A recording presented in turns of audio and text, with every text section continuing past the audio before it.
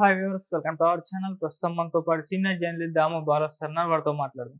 నమస్కారం సార్. తెలుగుదేశం అధికారంలోకి వచ్చాక ఇప్పుడు అధికారుల పైన వేట మొదలు పెట్టిందని చెప్పేసి వార్తలు రావడం చూస్తున్నాం సార్. తెలుగుదేశం మీడియానే ప్రచారం చేస్తుంది. అందుకు తగ్గట్టుగానే అధికారులు రిజైన్ చేస్తున్నారు, వీళ్ళే కొంతమందిని తీసేస్తున్నారు అంటున్నారు. అసలు ఎందుకు ఈ వేట, ఏం జరిగింది సార్? చంద్రబాబుకు ఉన్న అదృష్టం ఏంటంటే మీడియా ఆయన ఏం చేసినా దాన్ని చుట్టూ ఒక కథ అల్లి బ్రహ్మాండంగా దాన్ని ప్రొజెక్ట్ చేయడం. అంటే మనకి పొజిషనింగ్ అండ్ ఫ్రేమింగ్ ఎఫెక్ట్ అంటారు బిహేవియరల్ ఎకనామిక్స్లో. ఫ్రేమింగ్ ఎఫెక్ట్ అంటే ఒక విషయాన్ని నువ్వు ఎలా ఫ్రేమ్ చేసి చూపిస్తావు అనేది. ఇప్పుడు దీన్నే అదే జగన్ చేస్తున్నాడు అనుకో ఉద్యోగుల మీద. జగన్ అరాచకం, ఉద్యోగులు అంతా నిద్రపోతున్నారా, ముద్దు నిద్ర లేవండి, ఉద్యోగులను ఇలా చేస్తుంటే మీకేం సిగ్గుశరం లేదా, ఐఏఎస్లు ఎందుకు ఉండేది, ఇలా ఉంటుంది నేరేషన్. అదే చంద్రబాబు చేస్తుంటే వేట మొదలైంది. జగన్ కి సపోర్ట్ చేసిన వాళ్ళందరూ ఒక్కొక్కడు తోలు తీస్తున్నాడు చంద్రబాబు. ఇలా రివర్స్లో ఫ్రేమింగ్ ఎఫెక్ట్ అనేది ఉంటుంది. అలాగే ఇప్పుడు మీడియా ఏం చేస్తుందంటే నిజానికి ఉద్యోగుల మీద, అధికారుల మీద చంద్రబాబు చాలా డే 1 నుంచి నిరంకుశంగా వ్యవహరిస్తున్నాడు. ఎందుకంటే అసలు అపాయింట్మెంట్లు ఇవ్వలేదు. శ్రీలక్ష్మి కావచ్చు, రామాంజనేయులు కావచ్చు, ఇలాంటి వాళ్ళకంత అపాయింట్మెంట్లు ఇవ్వలేదు. జవహర్ రెడ్డి లాంటి వాళ్ళని వీళ్ళని నీచంగా చూడడం కావచ్చు, వాళ్ళ మీద కేసులు పెట్టడం కావచ్చు, ఇవన్నీ స్టార్ట్ చేశారు. మనం వాసుదేవ్ రెడ్డి చూసాం, బెవరేజెస్, ఆయన ఇంటి మీద దాడులు జరిగాయి, కేసులు పెట్టారు. సో ఇలాగా 1 by 1 ఇదేంటంటే రివెంజ్ స్టోరీ. రివెంజ్ వచ్చి మొదట అధికారుల మీదే స్టార్ట్ చేశారు. తమకి గతంలో ఎవరెవరు ఇబ్బంది పెట్టారు ఇది. మళ్ళీ జగన్ కూడా అదే గతంలో చేశాడు. జగన్ కూడా తెలుగుదేశం ఆయన ఎవరు వెంకటేశ్వరరావు, ఏబి వెంకటేశ్వరరావు లాంటి వాళ్ళని జగన్ ఎలా వేధించాడో చూసాం. దాన్నంతా వీళ్ళు అప్పుడేమో ఇదే మీడియా, ఇదే మేధావులు, ఇదే తెలుగుదేశం వీళ్ళు, ఇదే పవన్ కళ్యాణ్ వీళ్ళందరేమో అప్పుడు ఇదో ప్రజాస్వామ్యమా, ఒక ఆఫీసర్ని ఇలా చేస్తుంటే మిగతా ఐఏఎస్ ఆఫీసర్లు ఏం చేస్తున్నారు, ఇదంతా మాట్లాడారు. ఇప్పుడు సేమ్ అంతకంటే రెట్టింపు ఇంకా పవర్ఫుల్గా చంద్రబాబు చేస్తున్నాడు జగన్ కంటే కూడా. ఎందుకంటే జగన్ కన్నా ఒక బలమైన మీడియా అపోజిషన్ ఉంది. చంద్రబాబుకు అటువంటి అపోజిషన్ ఏమీ లేదు. ఇటు వైసీపీ వీక్గా ఉంది, ఇంకా వైసీపీ మీడియా కూడా మొదటి నుంచి కూడా కంపేర్ చేస్తే వీకే. వాళ్ళకి సోషల్ మీడియా కొంతవరకు పర్వాలేదు, కానీ అది కూడా ఇప్పుడు సైలెంట్ అయిపోయింది. ఎందుకంటే సోషల్ మీడియాలో యాక్టివ్గా ఉన్న వాళ్ళంతా రోడ్ల మీదకి తీసుకొచ్చి మామూలుగా కొట్టట్లేదు, కొట్టి వాళ్ళని సారీలు చెప్పించి వీడియోలు పెడుతున్నారు. కాబట్టి వాళ్ళు కూడా భయపడిపోయి సైలెంట్గా ఉన్నారు.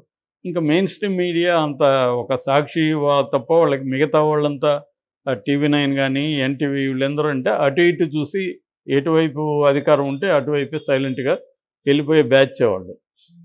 కాబట్టి సాక్షి ఒకటే కొంత వ్యతిరేకత ఉంటుంది. సాక్షి ఎప్పుడు కూడా ఎఫెక్టివ్ కాదు. అదే Telugu Desam media very strong, effective. వాళ్ళ సర్క్యులేషన్ కూడా, ఈనాడు సర్క్యులేషన్ ఇప్పటికి కూడా నెంబర్ 1. సో వీళ్ళ వ్యవహారం వేరేగా ఉంటుంది. ప్రొఫెషనలిజం కూడా మీకు సాక్షితో ఈనాడుని కంపేర్ చేయలేం.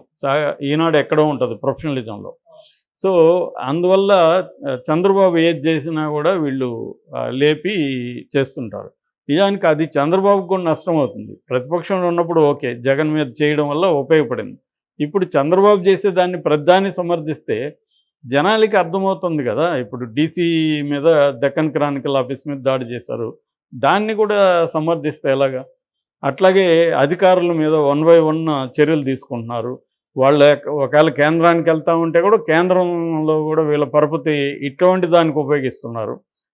రాష్ట్రానికి కావాల్సిన ఫండ్స్ తెచ్చుకోవడం వాటి మీద కంటే తాము కక్ష తీర్చుకోవాలనుకున్న అధికారులు కేంద్రం సర్వీసులకు వెళ్దామని పెట్టుకుంటే అక్కడ ఇవ్వద్దని అని చెప్పేస్తున్నారు. వాళ్ళు ఇవ్వట్లేదు, మళ్ళీ చచ్చినట్టు ఇక్కడికి రావాలి.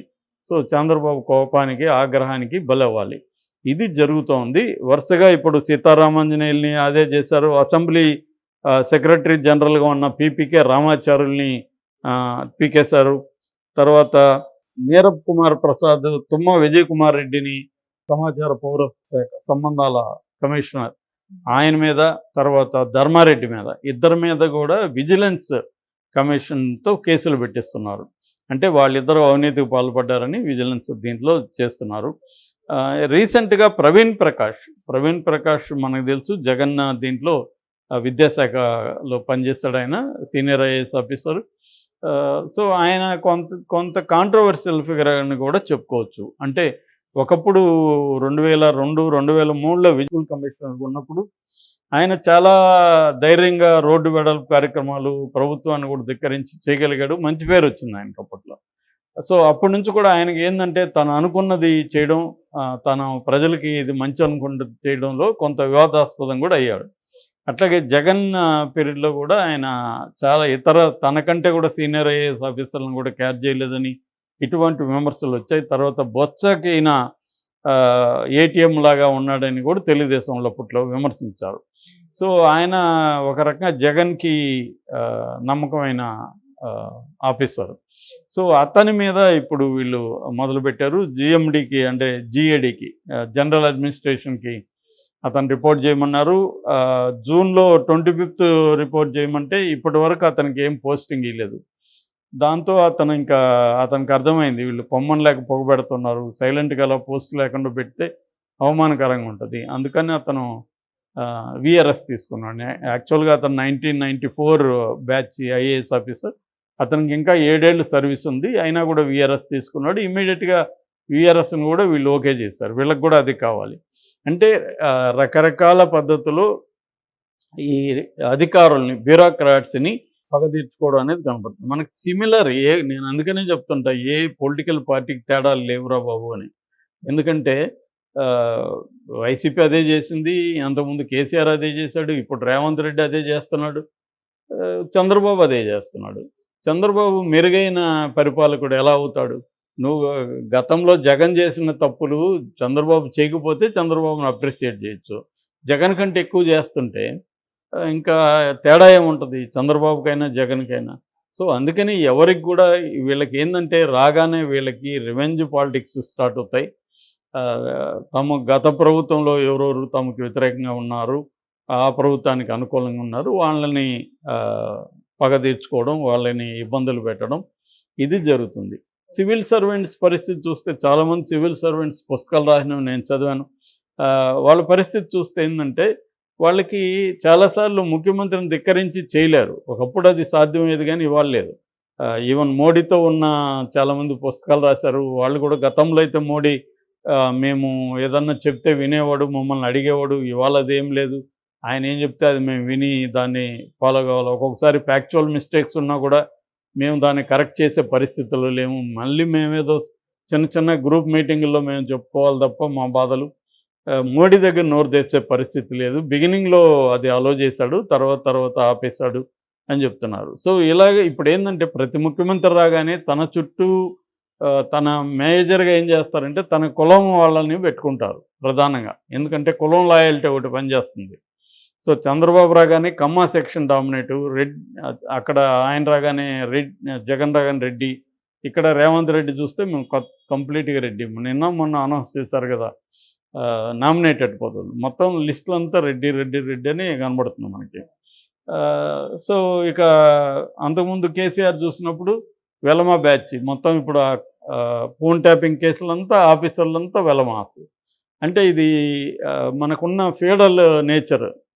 కులం అనేది ఒక బలంగా ఒక లాయల్గా పనికొస్తుంది. మన కులం వాడంటే వాడు లాయల్గా ఉంటాడు. అందుకని వీళ్ళు అన్నిటికంటే ఇంపార్టెంట్ లాయల్టీ ఒకటి.